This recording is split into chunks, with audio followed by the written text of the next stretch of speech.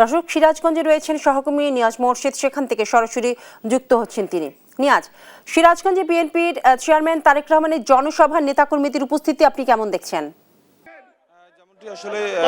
দেখছিলেন যে এই মুহূর্তে কিন্তু আপনার সিরাজগঞ্জ বিসিক শিল্প পার্ক এলাকা সেটি কিন্তু আপনার আসলে আপনার নেতাকর্মী এবং সাধারণ জনগণের কিন্তু ইতিমধ্যে এলাকাটা কিন্তু আসলে আপনার প্রায় জনসমুদ্রে পরিণত হয়েছে। এবং যদি একটু বলি যে আজকের এই জনসভায় কিন্তু বিএনপি চেয়ারম্যান তারেক রহমান তিনি কিন্তু তার যে নির্বাচনী জনসভা একটির পর একটি করে আসছেন এবং তারই ধারাবাহিকতায় কিন্তু আজকে তিনি কিন্তু গেল 2 দিনে রাজশাহী এবং বগুড়া শেষ করে আজকে কিন্তু তিনি এই সিরাজগঞ্জে তিনি আসছেন এবং এখানে তিনি আসলে জনসভায় ঠিক 2টা নাগাদ ওনার আসার কথা থাকলো। উনি যেহেতু বগুড়া থেকে উনি আসবেন এবং পথপথে আসলে অনেকগুলো আপনার পথসভার আয়োজন করা হয়েছে, সেই পথসভাগুলোতে তিনি একটু থামবেন এবং সেখানে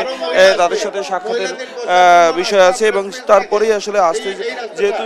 তাদের সাথে আসলে একটু দেখা করবেন এবং সেই জায়গা থেকে তাকে এখানে আসতে বেশ আসলে সময় লেগে যায়।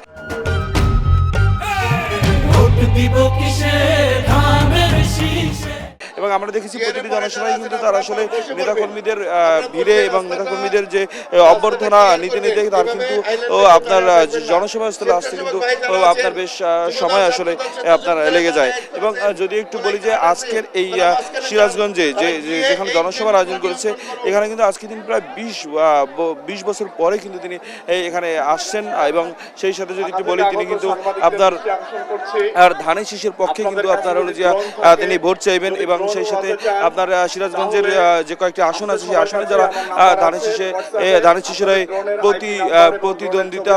প্রতিদ্বন্দ্বিতা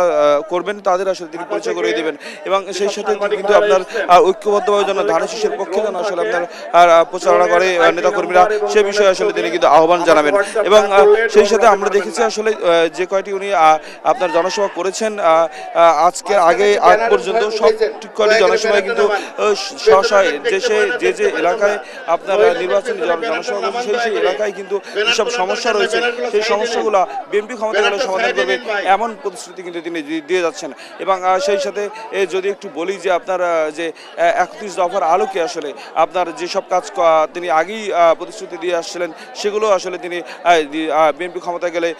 সেগুলো তিনি পালন করবেন এমনটি আসলে তিনি কিন্তু প্রতিটা জনসভায় আসলে প্রতিশ্রুতি দিয়ে যাচ্ছেন। এই ছিল আমার কাছে সর্বশেষ তথ্য।